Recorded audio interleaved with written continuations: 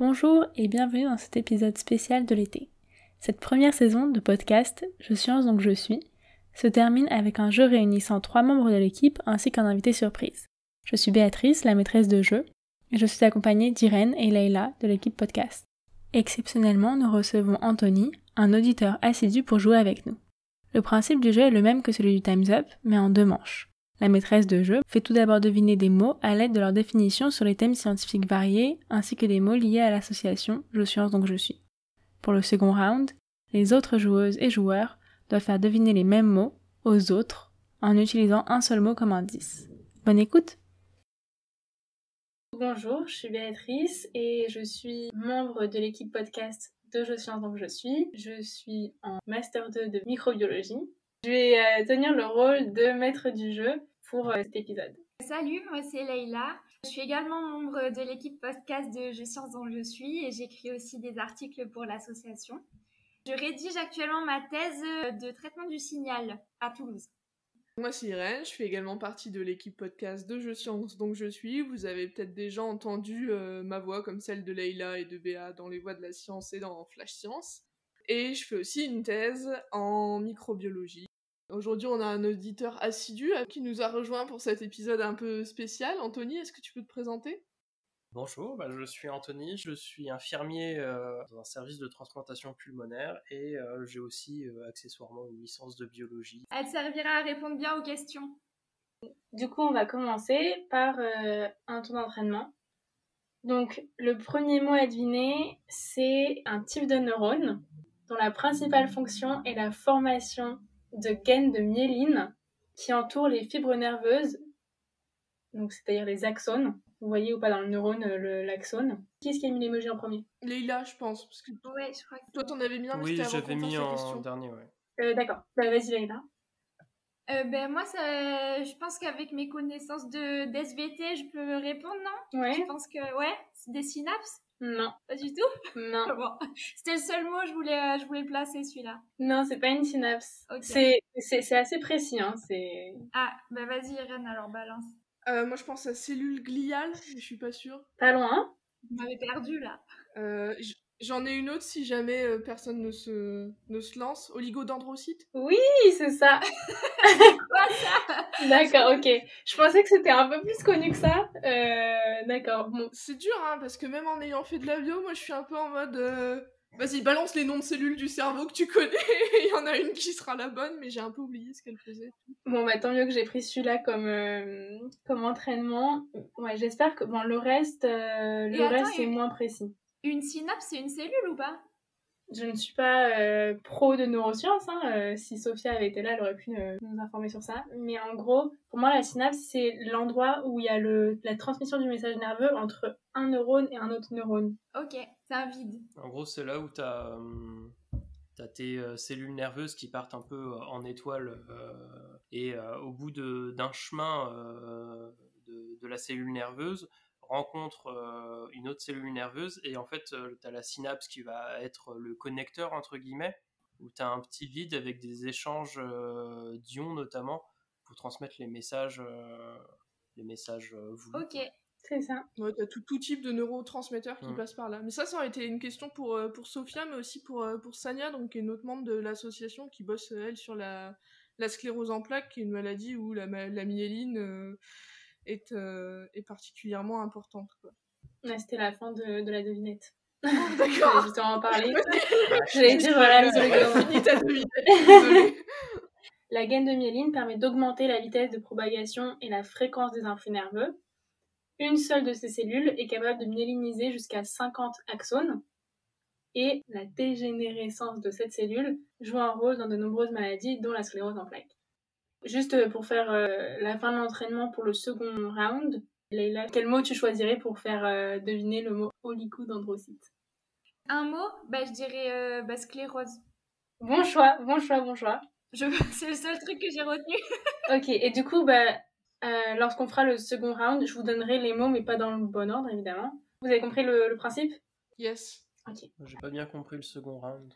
En gros, on va faire une fois tous les mots que Béa veut nous faire deviner. Et donc, une fois qu'on aura fait ça, on va refaire les mots, mais évidemment pas dans le même ordre que les premières fois. Mais tu dois faire deviner le mot aux deux autres personnes, donc soit à Leïla, soit à moi, en utilisant un seul mot. Donc là, pour oligodendrocyte, D'accord, ok. tu peux utiliser le mot sclérose, t'as le droit de dire que ça, et à partir de là, les personnes doivent retrouver de quoi tu parles. Ok. Ok. Le deuxième mot, c'est un terme général qui peut être utilisé dans de nombreux contextes, notamment sur le web, pareil pour les neurones, mais aussi un ferroviaire. Lorsque plusieurs choses et éléments sont liés, ils forment un... Vas-y, Irène. Trafic. Non. Leïla. Réseau. Oui, c'est Allez. ça. Bien joué. Ok. Là, c'était pas mal trafic, cela dit. Ouais, c'est ferroviaire. Ah, j'ai une d'accord, bonne ouais. idée. Et Ouais, mais sur le web... Oui, non. Remarque, tu me diras, moi j'aurais dit chemin. Mais... Bah, t'allais dire réseau, non? Non, j'allais dire chemin. Chemin. Oui, pour un chemin Mais d'accès, trafic, c'était cohérent aussi, même avec le web et tout. On parle souvent de trafic, quoi, dans ce domaine-là. Ok, je passe au suivant. Vas-y. C'est une association de vulgarisation scientifique par tous et pour tous. Ouais. Je science donc je suis. Bien joué. Ah. Eh, on voit les fans. Hein. On les reconnaît, ils sont là. Ils sont prêts. Ok, je continue comme ça, vous aurez aussi des mots pour second round. Donc voilà, association de vulgarisation scientifique pour tous et par tous. Des vulgarisateurs passionnés de tous les horizons, réunis à travers un but commun, traduire le jargon scientifique en une langue compréhensible par tous et travailler l'esprit critique. Et on fait ça par notamment des articles écrits dans un journal, des podcasts, comme celui que vous écoutez, et des ateliers. Ok, ouais, on a plein de mots là pour la deuxième partie. Alors, c'est un lieu qui rassemble les moyens humains et matériels destinés à l'exécution d'un travail de recherche. Vas-y, Leïla. Un laboratoire? Ouais. Allez, un laboratoire. Et du coup, la fin, c'était, on peut utiliser ce mot, enfin c'est pharmaceutique, de photo ou médical. Ah ouais. C'est vrai qu'on l'utilise partout ce mot finalement, même Ouais. en photo. Mais c'est pour ça que j'ai essayé de prendre un peu des mots qu'on pouvait retrouver dans différents domaines. La transversalité, Béa. Bah, c'est pour que les personnes qui sont pas forcément en biologie ou pas forcément en informatique, etc., puissent aussi trouver le mot. Ouais, c'est cool. Ok. Donc on va passer au mot suivant. Alors, appelé parfois constante d'Archimède, il est représenté par une lettre grecque en minuscule. C'est un rapport constant de la circonférence d'un cercle à son diamètre. Ouais, Irène? Pi? Oui! Wouh. En fait, je me suis aussi mis comme challenge de pas dire nombre. Ah ouais, bien joué. Donc c'est pour ça, donc c'est... La ouais. constante, ouais. Tu l'as bien détourné. Je savais pas qu'on disait constante d'Archimède par contre. Moi non plus, je connaissais pas du tout. Mais merci Wikipédia. Hein. Vous avez tous découvert ça, t'es d'accord? Oui. Pas que moi. Merci. Alors la fin, donc, c'est le rapport constant de la circonférence d'un cercle à son diamètre dans un plan euclidien. On peut également le définir comme le rapport de l'aire d'un disque au carré de son rayon. Et donc sa valeur par défaut est à peu près 3,14 en écriture décimale. Vous êtes prêts pour le mot suivant? Ouais. Oui. Ok. Alors, c'est un terme qui est utilisé en génétique pour désigner une modification irréversible rare. Ouais? Une mutation? Ouais, bien joué! Ouh. Licence de bio. Ouais, non mais franchement, j'ai pris des mots qui étaient assez accessibles. Sauf le tout premier, tu m'as fait peur avec ton tout premier. En fait, je sais pas, enfin, je pensais pas que c'était si précis que ça. Ok, alors la suite. Donc ouais, modification irréversible, rare de l'information génétique qui peut être aussi héréditaire. Cet événement, ce terme, il est utilisé pour refléter ce qui provoque la biodiversité. Et en gros, c'est un moteur, voilà, c'est un moteur de biodiversité. Et du coup, qui participe à l'évolution de l'espèce. Ok. Mot suivant. Une personne qui écoute un discours, une émission radiophonique, une lecture, un récit. Ouais, Leïla? Du coup, auditeur. Oui, c'est ça. Bien joué. C'était, tu voulais dire auditeurice ou auditeur, ça suffisait? C'était auditorice. Ok. J'ai dit une personne. Au début, il y avait écrit un homme sur Wikipédia, et j'étais là, ça va être une personne. Une personne. Ok, et du coup, la fin, c'était c'est vous qui nous écoutez et qu'on remercie. Ah, trop mignon. Merci les auditeurs et les Ouais. auditrices. Merci. Ok, vous êtes prêts pour le prochain mot? Ouais. Alors, c'est un modèle cosmologique utilisé par les scientifiques pour décrire l'origine et l'évolution de l'univers. Irène? Le Big Bang? Ouais, bien Waouh. joué. Trop forte. Et franchement, j'ai découvert des trucs. Enfin, là, j'ai pris vraiment tout le texte de Wikipédia, donc je vais juste prendre des parties. Mais c'est hyper intéressant. Parce qu'en fait, le terme Big Bang, à la base, c'était ironique. La première fois qu'il a été utilisé, c'était un peu pour se moquer dans une émission de la BBC. Ah bon? Pour se moquer des scientifiques qui disaient que ça avait commencé par une grosse explosion? Ouais. Bah, c'était un peu, pas pour se moquer, mais c'était ironique, quoi. C'était une blague. Mais je crois que c'était même un astrophysicien ou enfin quelqu'un du domaine qui avait utilisé cette expression pour dire que en fait c'était pas vrai et au final ça a fait un Oui, il y croyait pas du tout. C'est ça. et au final ça a beaucoup popularisé l'expression mais Exactement. c'est vrai que ça donne vraiment cette idée de d'un seul coup il y a une énorme explosion et l'univers existe et je pense que Et ben justement, c'est pas tout à fait faux mais c'est beaucoup plus complexe que ce que l'expression veut dire. en fait, c'est pas du tout une explosion, c'est juste un changement de... Attends, il y avait un mot précis que je trouvais décrivait bien, c'est un changement d'état. C'est en fait une histoire de chaleur. Et attends, je vais juste lire la petite partie qui explique ça. Le terme de Big Bang, chaud, était parfois utilisé initialement pour indiquer que selon ce modèle, l'univers était plus chaud quand il était plus dense. Le qualificatif de chaud était ajouté par souci de précision, car le fait que l'on puisse associer une notion de température à l'univers dans son ensemble n'était pas encore bien compris au moment où le modèle a été proposé. Et il y a aussi une référence à Albert Einstein qui aurait pu déduire l'expansion de l'univers. Voilà, c'est le mot expansion que je cherchais. En fait, c'est plus une expansion de l'univers qu'une explosion. Oui, et du coup, Albert Einstein aurait pu en déduire le Big Bang avec ses calculs pour la relativité. Mais il a préféré modifier ses équations en y ajoutant sa constante cosmologique parce qu'il était persuadé que l'univers devait être statique. Aïe, aïe, aïe. Il était à ça. Et ça date de quand le mot Big Bang? Alors du coup, la première fois qu'il a été utilisé, c'était en 1949. Ok. Mais je crois que la première fois que... Ouais, la première personne a vraiment parlé de cette théorie sans utiliser le terme Big Bang, c'était un astrophysicien belge, Georges Lemaître, en 1929. D'accord. Ah ouais. Oh, ça prend du temps, hein. Ouais, et encore je trouve que ça va hyper vite depuis ce moment-là quoi. Ouais, dès que c'est accepté, ça s'accélère d'un coup. Ouais. Enfin, je pense que beaucoup de choses dont on peut parler ce soir, c'est des choses qui étaient pas forcément hyper bien acceptées, genre typiquement les mutations. Nous, on nous apprend très tôt que les mutations, c'est ce qui ça crée de la diversité et après t'as la sélection, mais ça a été découvert dans les années 40, quoi. Enfin, où ça a commencé à se répandre bien plus tard comme paradigme, et nous, on prend ça pour acquis, alors que c'est hyper récent, et en même temps, maintenant, on fait des trucs complètement ouf qui étaient probablement inimaginables dans les années 40, quoi. À parté, j'étale ma culture. Mais non, mais trop intéressant.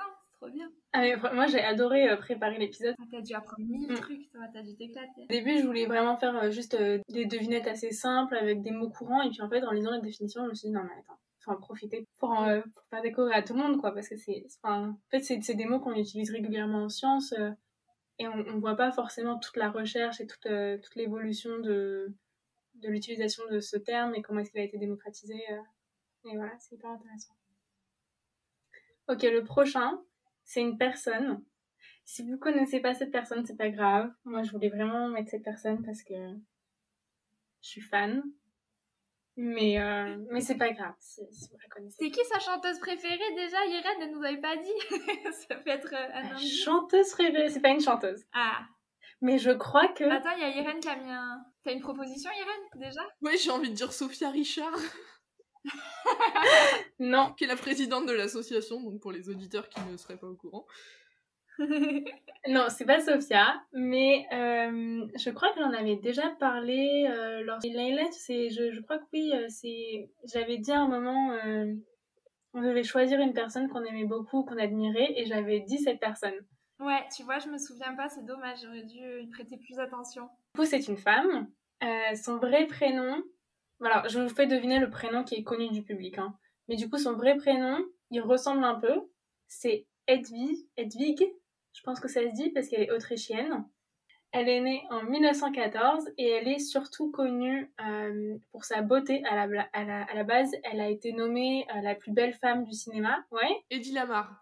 Oh, mais j'étais même pas arrivée à la partie scientifique. Je trouve tellement l'histoire de cette meuf fascinante. Enfin, Mais- du coup, vas-y, mais oui. Bon, Je bah, comprends ok. ton admiration. Mais oui, c'est ça. Bien joué. C'est Heidi Lamar. Donc voilà, son vrai prénom c'est Hedwig. Et elle est surtout connue pour sa beauté et ses exploits cinématographiques. Elle est actrice et productrice. Enfin, elle était actrice et productrice puisqu'elle est décédée en 2000. Elle a été surnommée The Ecstasy Girl parce qu'elle a tourné dans un film qui s'appelle Extase. Et c'est la première fois qu'on représente un orgasme au cinéma. Mais elle est aussi inventrice et elle a marqué l'histoire scientifique des télécommunications en inventant en collaboration avec le compositeur, donc compositeur de musique. Hein. Donc elle est actrice-réalisatrice et avec un compositeur de musique, elle va inventer un moyen de coder des transmissions qui s'appelle l'étalement de spectre par saut de fréquence. C'est un principe de transmission toujours utilisé pour le positionnement des satellites, donc les GPS, etc. Les liaisons chiffrées militaires et dans certaines techniques de Wi-Fi. Et en gros, à la base, elle avait créé ça parce que, donc ça c'était en 1941 qu'elle a fait cette invention, parce que du coup, il y avait la guerre, et c'était pour pouvoir radio-guider des torpilles sans être repérée par les autres personnes. Par les adversaires, c'est fou. C'est ça. Et en gros, elle a déposé un brevet sur cette invention. Mais en fait, elle connaissait pas trop les lois, le fait qu'après 6 ans, ça devient du domaine public. Et elle avait rendu cette invention dès le début libre de droit pour l'armée des États-Unis, qui ne va pas du tout l'utiliser pendant la Première Guerre, enfin, pendant le début de la guerre, parce qu'ils vont se dire « Ah, c'est trop compliqué », mais ils vont l'utiliser plus tard sans jamais la remercier jusqu'à ce qu'elle s'en rende compte qu'en fait, c'était son invention qui a été utilisée. Et quand elle a essayé de recevoir des royalties, entre guillemets, enfin D'être reconnue. pas reconnue, parce qu'elle a été reconnue au final de son nom, mais elle voulait recevoir des sous, quoi. Ah oui, des bénéfices. Bah, c'était trop tard. Oui, des bénéfices, merci. Il y a un prix autrichien qui est à son nom. Ok, au moins ça. Et en vrai, il y a pas mal de choses qui sont à son nom. Il y a une journée de l'invention, enfin, De l'innovation. de l'innovation, ouais, mais dans le sens invention. Un peu concours l'épine, mais c'est le concours, enfin c'est la journée Eddie Lamar plutôt. C'est ça. En Autriche aussi, du coup. Et je trouve ça hyper cool que cette journée, ce soit au nom de Heidi. Moi, il y a quelques années, du coup, anecdote un peu perso, mais il y a quelques années, mon école d'ingénieur voulait... Enfin, mon ancienne école d'ingénieur voulait renommer des bâtiments pour qu'il y ait un peu plus de noms de femmes dans les noms de bâtiments. Et comme il y a un département télécommunications, parmi les propositions, il y avait Eddie Lamar comme nouveau nom de bâtiment. Donc on aurait pu avoir un bâtiment... génial. Un bâtiment Eddie Lamar et je trouvais ça assez cool. Finalement, ça s'est pas fait, ça a gardé l'ancien nom qui est Claude Chappe. On est aussi dans les télécommunications, mais ça date un petit peu plus, on va dire. Mais ouais, c'est assez cool de voir qu'elle a gagné pas mal en renommée et en reconnaissance ces dernières années. Enfin, c'est pas longtemps qu'on en entend parler, mais on en entend beaucoup parler ces derniers temps. Trop cool. Quelle histoire. Petite note, cette invention, elle l'a fait avec le compositeur George Antheil, si je prononce bien. Là, le premier nom sur le brevet, c'est le nom de Heidi, c'est pas le nom de George. Et lorsqu'il a été interviewé et qu'on lui a demandé un peu des infos sur ce brevet, George a totalement crédité Heidi et il a dit que lui, il avait seulement été là pour l'aspect technique, quoi. À l'opposé de ça, on voit Rosalind Franklin. Et donc c'est hyper cool de voir que Heidi... ça a été un peu compliqué, mais au final, comme je le disais, elle a sa place et on en entend parler beaucoup. On passe au mot suivant. Allez. Celui-là, il est facile, hein. Il va falloir être prêt. Plus que pi. Ouais, plus que pi. Alors, je vais commencer par l'étymologie du mot. Ça veut dire petite chambre, local fermé ou caché. Ce mot désigne en général un élément constitutif et relativement clos d'un ensemble ou d'un corps. Ça peut être utilisé dans de nombreux domaines, que ce soit en biologie, en informatique. Ouais. Membrane. Non, mais c'est pas loin. Ouais. Cellule. Oui, bien joué. Merci C'est ça. Anthony. Mais non. T'es allé trop loin, Anthony. J'ai dit c'est facile, Ouais, hein. j'allais trop loin, ouais. Non, mais oui, quand t'as dit membrane, ça a fait tilt. Ouais. Et du coup, la fin, c'était donc biologie, informatique, mathématiques et dans le milieu carcéral aussi. Oui, ouais. Ouais, c'était le dernier indice qu'il a, c'était donné. Ouais, ça quoi. fait tilt, là. Alors, prochain mot, je vais aussi vous donner l'étymologie. L'origine du mot, c'est escorte, garde. C'est un corps qui peut être naturel ou artificiel. Quand il est naturel, il se retrouve en orbite autour d'un corps plus massif. Ouais. Un satellite? Oui, bien joué. Allez, Irène. Oh, dis donc, l'astronomie, là, c'est forte. Alors, la biologie, non. Mais les trucs simples, finalement, on est peut-être plus fort dans d'autres domaines parce que sinon, on va chercher trop loin quand c'est dans notre propre discipline. Genre biologie, vous êtes allé trop loin, là. Ben, bravo, Irène, en tout cas. Merci. Alors, la fin, c'est du coup, il peut s'agir d'un astre comme la Lune. Si c'est un corps artificiel, on parle d'un objet d'origine humaine mis en orbite autour de la Terre ou d'un autre astre. Donc c'était bien satellite. Prochain mot, c'est un ensemble d'individus ou d'éléments partageant une ou plusieurs caractéristiques. Ouais. Un échantillon. Non, pas loin. Une ou plusieurs caractéristiques qui servent à les regrouper. Ouais. Une population? Ouais, bien joué. C'est encore la membrane. Tu donnes des indices. Tu donnes trop d'indices. Oui, mais en fait, parce que population, ça peut être utilisé en biologie, pour tout ce qui est génétique des populations, etc., mais aussi dans tout ce qui est... Sociologie, démographie. Et aussi, du coup, les maths pour les statistiques. Mhm. Ouais, tout à fait. Donc, voilà, c'était la fin de la Mais définition. bien cet auditeur assidu, nous On va l'employer comme assistant. Ah bah ouais, plaisir. C'est déjà un peu le cas, faut pas le dire. Ok, alors le prochain, c'est une représentation triangulaire de besoins. Ouais. La pyramide de Maslow? Bien joué. Wow. De comment il s'appelle? De Maslow. Maslow, ok. Ça a été inventé dans les années 40 par un psychologue qui s'appelle Abraham Maslow, qui à la base n'avait pas du tout utilisé de représentation pyramidale. Il a écrit un livre où il explique que, en gros, il y a des niveaux de besoins et que pour subvenir aux besoins qui sont en haut de la pyramide, il faut que les besoins qui sont à la base de la pyramide soient remplis dans l'ordre. Donc les premiers besoins, c'est les besoins physiologiques, qui sont donc respirer, boire, manger, dormir, et la sexualité. Ensuite, la deuxième étape de la pyramide, c'est besoin de sécurité, donc c'est-à-dire vivre dans un environnement qui est stable, prévisible, sans crise ni anxiété. Ensuite, il y a besoin d'appartenance et d'amour. Donc c'est l'appartenance à un groupe, donc c'est tout le fait que l'homme est un animal social qui doit être entouré par d'autres personnes. Vive le confinement. Ah ouais, là, la pyramide, elle n'a pas été respectée, hein, par contre. Et qu'on a besoin d'affection. Ensuite, il y a le besoin d'estime. Donc c'est tout ce qui est en rapport avec la confiance, le respect de soi et des autres, le besoin de reconnaissance et d'appréciation. Et la dernière étape de la pyramide, c'est le besoin d'accomplissement de soi. Donc ça, c'est souvent utilisé pour tout ce qui est la satisfaction et le développement personnel. C'est un modèle qu'on m'a déjà présenté aussi, mais j'avais entendu que finalement c'était pas tout à fait à jour et que c'était pas vraiment...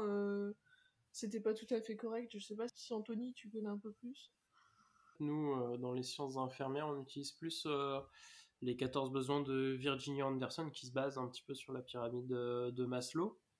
Du coup, en fait, c'est un peu plus précis, fait juste 2 séparations avec les besoins primaires et les besoins un petit peu secondaires. Donc, en fait, c'est un peu par ordre d'importance avec le premier besoin dont je n'ai plus aucune idée, hein, mais en gros, le premier besoin est le plus important, et ensuite, ça va par un peu comme un gradient, diluer un petit peu l'importance des besoins, sachant qu'on arrive le 14e, je crois que c'est se récréer et se divertir, qui sont des besoins moins fondamentaux que s'alimenter et être en sécurité. Donc en soi, c'est assez similaire. Oui, clairement, elle se base sur la pyramide de Maslow. Et en fait, pour le coup, nous, quand on est en soins, quand on s'occupe de patients, on a un peu tout ça en tête, mais c'est pas vraiment... on les classe pas forcément, on ne connaît pas les 14 besoins par cœur, on sait très bien de ce dont a besoin un humain pour vivre, quoi. Il faut un peu changer de métier. Oui, c'est ça. Du coup, là, j'ai passé le BAFA dernièrement, et on a justement parlé de cette pyramide. Donc, je sais pas, moi, je l'avais vu, je crois, en primaire. Je vais le voir en primaire où je le voyais pour moi, en fait, en tant qu'enfant, et le voir ensuite au BAFA en tant que personne qui va s'occuper d'autres personnes, comme toi, par exemple, pour les soins infirmiers. Ça met vraiment en perspective les choses, de voir comment faire en sorte qu'un enfant qui est donc pas majeur, que ce soit légalement ou pas, c'est une personne qui est pas capable de subvenir forcément à ses besoins seule, de mettre tout ça en perspective, c'était vraiment intéressant, et je trouvais ça bien quand on nous en parle au BAFA. Le BAFA, juste pour ceux qui savent pas, c'est un diplôme d'aptitude à l'animation, mais plus globalement pour s'occuper des enfants, que ce soit dans les centres aérés, dans les camps de vacances. Voilà. Ok. On passe au mot suivant. Allez. Yes. Il va falloir être rapide. Oh là là. Attention. Je vois Irène qui est déjà prête. Tout le monde a mis son emoji là, c'est chaud. Hein. Ok, c'est un moyen de diffusion sur Internet de fichiers audio qui est appelé... Ouais, Irène? Le podcast? Oui, bravo Irène. En vrai, tu m'as embrouillé avec Internet. Parce que c'est souvent utilisé sur Internet. Mais si, c'est très correct, mais je sais pas, ça m'a embrouillé. J'ai voulu chercher trop loin du coup. J'étais en mode blockchain et tout, tu vois. Je sais même pas ce que c'est blockchain. Blockchain, c'est alors en une ou deux phrases, c'est un gros registre, comme un historique, dans lequel on stocke des transactions. Donc des transactions, ça peut être envoyer de l'argent, envoyer tout ce qui a de la valeur, et c'est-à-dire un billet de concert nominatif, un billet de train, tu vois, des choses qui sont rares et qui existent en un seul exemplaire, que tu peux pas créer comme ça à foison. Et en fait, ça sert à se passer d'autorité qui viendrait dire « Ok, Béa a envoyé 5 € à Leïla ». Là, il y a aussi Irène et Anthony qui font partie de notre réseau, là, de notre système, et qui sont là pour valider le fait que la transaction entre Béa et Leïla, elle est correcte, qu'elle n'est pas frauduleuse, qu'on n'a pas créé ces 5 € à partir de rien. Et en fait, ils jouent le rôle d'une banque, sauf qu'ils font aussi partie de nos systèmes. Donc en fait, c'est pour décentraliser l'autorité, c'est pour se passer d'une autorité et être entre nous à se valider nos transactions entre nous. Et par exemple, les crypto-monnaies, donc tout ce qui est Bitcoin, Ethereum, etc., elles sont basées, elles existent grâce aux technologies blockchain. Donc blockchain, en gros, c'est un gros registre dans lequel on mémorise toutes les transactions qu'il y a entre deux internautes, par exemple. Sachant que le principal objectif de ça, c'est d'être un peu intraçable, hein, donc d'être un peu caché. Mais du coup, c'était pas ça. Du coup, c'était pas ça, c'était podcast. Désolée. Mais merci pour l'explication, Leïla, parce que c'est vrai que dans le genre mot que j'entends tout le temps, mais que je sais pas ce que ça veut dire... Pour revenir à podcast, la suite, c'était par rapport à comment est-ce qu'on y a accès. Donc, c'est souvent un abonnement à un flux de données au format RSS, ce qui permet aux auditeurs d'écouter des émissions audio ultérieurement à leur enregistrement. Alors, le mot suivant, c'est l'avant-dernier. Donc, c'est un langage informatique de programmation beaucoup utilisé et dont le logo est... Ouais. Ah, j'aurais dû attendre le logo. J'allais dire Python. Oui. Oui, c'est Python. Alors, vas-y, continue. dont le logo est jaune et bleu et qui a été inventé par Guido van Rossum, j'espère que je prononce bien, en 1991. Ah ouais, c'est récent finalement. Ouais. Et ouais, ce qui est pratique avec ce langage, c'est qu'il est adaptable vraiment à énormément de types d'utilisation. Et c'est aussi pour ça qu'il s'est démocratisé aussi vite. Et c'est appelé Python parce que l'inventeur était fan de la série Monty Python. Trop mignon. Mais non. Non, mais c'est peut-être le seul truc qui serait capable de me faire aimer Python. C'est de savoir que ça a été inspiré par les Monty Python. Ah, je sais pas, moi ça me fascine, j'ai trop envie d'apprendre. Ah, je pense que c'est cool Python, mais je pense que j'ai jamais pris le temps de m'investir dedans. Mais après, je fais partie des biologistes qui ne jurent que par R, donc bon. Ah ouais, c'est l'inverse, c'est R où je n'arrive pas, quoi. Mais Python, c'est cool, effectivement, tu peux t'en servir dans plein de systèmes. Et puis c'est assez intuitif. Et puis en plus, il y a une grosse communauté Python, enfin sur les forums, etc. Tu te fais rapidement aider. Il y a plein de gens qui ont eu les mêmes projets ou les mêmes soucis que toi. Et du coup, pour progresser, c'est ultra cool. Il y a la documentation sur le site internet de Python, elle est méga fournie. Et il y a plein d'exemples, de petits tutoriels pour commencer. Donc rapidement, tu peux faire des petits projets qui t'amusent et après devenir autonome. Donc c'est vraiment puissant comme langage. Mais je crois que c'est un peu similaire pour R, non? R, c'est surtout très adapté pour les statistiques, à faire un peu des figures, mais ouais, c'est bien adapté pour les analyses en bio et en bio-info globalement. Donc. Quand je faisais du R, il y avait vraiment beaucoup de ressources sur Internet. Après, je sais pas si c'est comparable à Python. Après, j'ai pas regardé trop des vidéos d'explications pour R, mais il y a énormément de formations sur les Open Classroom, sur les FunMOOC, les choses comme ça, pour R, pour Python aussi d'ailleurs. Je pense que c'est des langages qui sont vraiment faciles et accessibles dans le sens où il y a énormément de ressources pour s'y mettre. Vous êtes prête pour le dernier mot? Oui. Enfin, prête.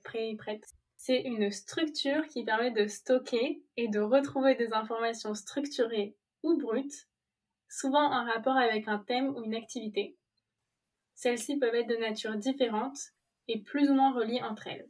Je suis perdue là. Vas-y, Ren. Moi aussi, je me dis qu'il faut essayer un truc, je sais pas, un logiciel. Non. Attends. Je vais essayer de... Enfin, en fait, là, le mot, en gros, c'est en 3 parties, le mot. Oui. Base de données? Ouais. Ouais, trop fort. Et du coup, j'essaye de mettre ni base ni données. Ah ouais, c'est pas évident Ouais, là. c'est compliqué. Ouais, c'est ça, c'est base de données. Moi, j'allais dire tableau Excel à un moment. Oui. Ouais, c'est vrai que ça sonne un peu... Mais non, parce que sinon j'aurais parlé de calcul, de formule. Mais ça faisait pas assez stylé, je trouve. Je voulais pas dire tableau Excel, quoi. C'est dommage. Ah oui, mais moi j'étais à deux doigts de dire dossier, hein, donc... Non, après, je voulais donner des exemples, du coup, de bases de données. Il y a tout ce qui est NCBI, tout ce qui est PDB, qui sont des banques d'informations. Mais comme c'est que des banques de biologie, je trouvais ça pas très juste de donner ça uniquement comme exemple. Ok, et ben c'était le dernier mot. Félicitations. Alors maintenant, je vais vous donner les mots en message privé et vous allez les faire deviner aux deux autres. J'ai envoyé à Anthony, je crois. Donc là, juste avec un mot, c'est ça? Yes. Donc vous êtes prête? Oui. Constante. Oui? C'est moi? Ouais. Pi. Ok, du coup Leïla, je te passe le mot suivant. Ok, ready? Oui. Expérience. Je crois que c'est toi, hein, Ouais, Anthony. bah oui, mais... laboratoire? Ouais, c'est toi, Anthony. Labo, ouais, c'est ça, bravo. Anthony, je te repasse un mot. Vous êtes prête? Oui. Internet. Du coup, c'est Leïla. Réseau. Ouais. Il y avait plusieurs possibilités là. Mais j'ai pas dit que ce serait facile. Ok, j'ai reçu mon mot. Univers. Vas-y, Irène. Non, c'est Anthony. Ah non, pardon, c'est Anthony encore. Big Bang. Oui. Vous allez super vite. Ouais, c'est clair. Je suis à la ramasse. Du coup, c'est Anthony, ça? Ouais. Okay. Ah ouais, Béa, faut pas que tu te trompes. Ok, vous êtes prête? Ouais. Aléatoire. Leïla. Non, c'est Leïla. Leïla, ouais. Mutation? Ouais. T'allais dire ça, Irène? Oui. Je suis trop dingue de pas avoir. Ça fait 2 fois que je trouve pas mutation alors que c'est mon sujet de recherche. C'est bon, vous êtes prêts? Oui. Invention. J'ai plus le nom déjà. Invention. Oui. Ah, Anthony. Edwige. Yes. Ah ouais, mais non. Bah alors, Irène. Oui, mais je l'ai plus déjà. Bah Irène, je l'ai. Eddie Lamar. Oui. J'étais tellement persuadée que ça allait être un truc vachement spécifique, genre Autriche, Hollywood. Ah oui, c'est vrai, ouais. Du coup, c'est Irène, non? Du coup, oui. Vous êtes prêts et prêtes? Ouais. Oui. Prison. Vas-y, Anthony. Cellule. Yes. Et non pas membrane. Ah, membrane. J'avais encore du sel par rapport à tout à l'heure. Un petit peu. Écoutez. Du coup, Leïla. Podcast. Non. Irène. Pyramide de Maslow. Non plus. Ça pourrait. Non, mais j'avoue, j'ai fait le mot un petit peu, comment dire, un petit peu méchant, mais. Non, mais je trouve ça bien, comme ça laisse... Ouais, c'est compliqué. Écoutez.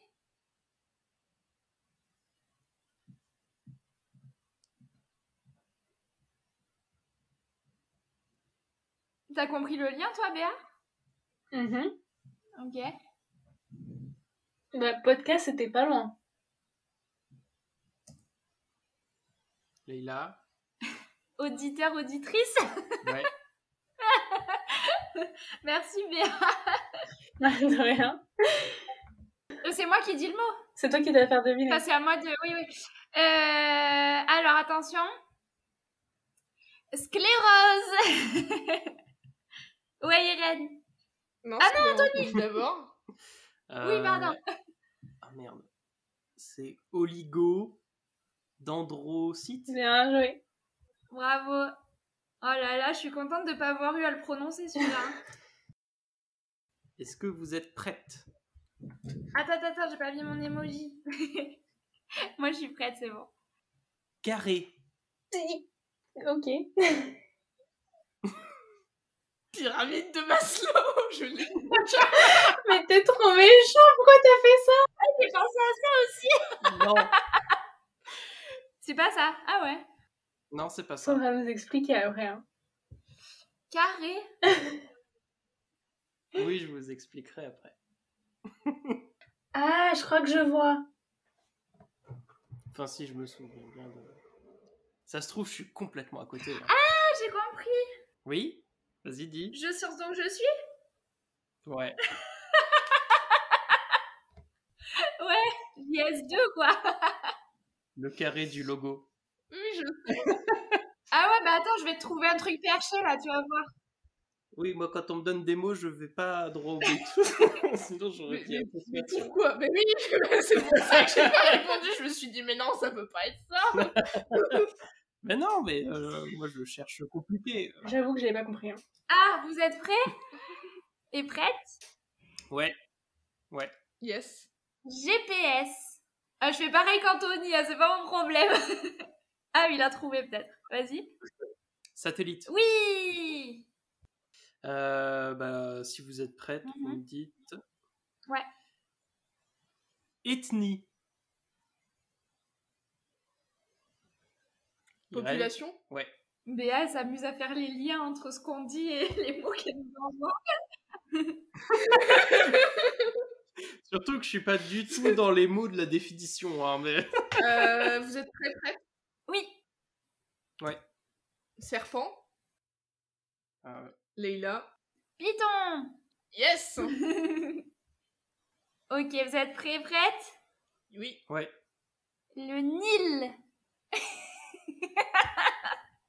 Le Nil.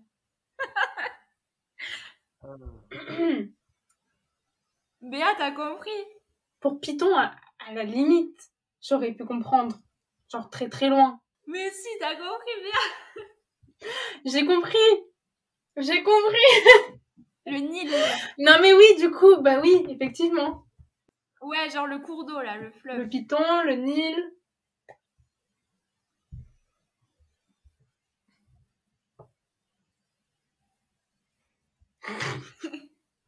Irène, je crois en toi.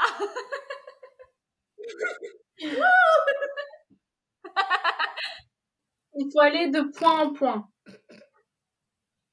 Mais qu'est-ce qu'on a fait comme mot tout à l'heure? Déjà, qu'est-ce qu'on t'a fait, Leïla, pour que tu mettes des indices pareils? Allez, Jean Tantin, base de données. Non! Irène, tu vas y arriver. Ah, vas-y. La pyramide de Maslow. Oui. Irène, c'était le moment de le sortir. Oui, je suis débile. Elle le tente depuis tout à l'heure. Ouais. Bravo, Anthony. Elle est en train de se dire comment je peux faire pour que ce soit le plus difficile à deviner possible. C'est clair. Banque.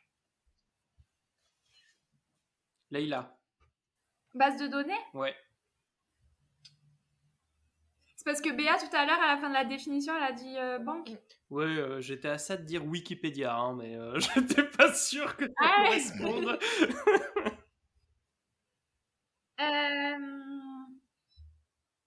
Ok, j'ai le mot si vous êtes ready. Je suis prêt. On est prêt.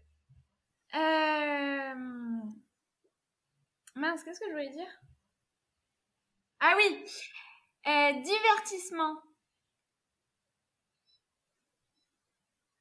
Ouais? Podcast. Oui, c'est ça. Je voulais dire meilleur divertissement au monde, mais ça faisait plus qu'un mot. Ah bah oui, j'aurais dû dire podcast, je science, donc je suis. Ouais, bien sûr. Et ben du coup, c'était le dernier mot. Ah, déjà? Ça passe vite. Je vais être très honnête, j'avais essayé de keep track des points au début, puis en fait vous êtes beaucoup trop rapide, donc le temps que vous deviniez, que je vous envoie un mot, etc., j'ai pas du tout réussi à tenir compte des points, donc vous avez tous gagné. Ouais! On a tous la couillère et la faible. En jeu après la deuxième session. Je vous félicite pour ce fair play, cette participation, ce partage de connaissances. Ben, merci à toi d'avoir préparé l'émission avec plein d'infos, Ouais. plein d'anecdotes sur Edwige. Mais voilà, et ben j'espère que ça vous a plu, à vous et aux auditeurs et aux auditrices. Nous, ça nous a plu, en Oui. tout cas. On espère que c'est le cas pour les personnes qui nous écoutent. Et, En tant que joueur et Merci qu'auditeur. beaucoup, Anthony. Mais non, mais encore une fois, merci. C'était vraiment cool d'avoir toutes ces anecdotes. Et du coup, hâte de faire un nouvel épisode avec vous. Parce que faire les épisodes avec les invités ou les flash science tout seul, c'est cool. Mais être ensemble, c'est cool aussi. Et on espère qu'on pourra reproposer ce format aux personnes qui nous écoutent. Mais je me demande si les gens ont trouvé plus vite que nous. C'est possible? Au début, là, les définitions. Mais c'est ça! C'est ça. C'est tellement ça. C'est la pyramide de Maslow, bon sang! Non, oligodendrocytes, ils vont tellement rire. Mais surtout que c'était le premier, ça peut faire peur. Surtout que c'est le premier, c'est genre bonjour, je place un niveau. Non mais c'est ça, l'échauffement c'était le mot le plus dur de toute la session. Après ça va, il y avait pi, du coup ça va. Mais... Faut mettre un disclaimer au début. Bon, on commence par oligodendrocyte, mais après ça devient facile, vous inquiétez pas. Mais de toute façon, on va couper les silences là. Les gens ils se rendront pas compte qu'on a bugué 5 minutes sur certains mots. Eh ben, je vous souhaite un super bon été, à vous et aux auditorices, et à bientôt pour de nouvelles aventures. Bonnes vacances tout le monde, c'était trop cool cette année de podcast Je Science Donc Je Suis, et on reviendra en force à la rentrée. Bon été tout le monde, on se retrouve à la rentrée. Et bon été. Je vous écouterai. Yes! Faites tous comme Anthony!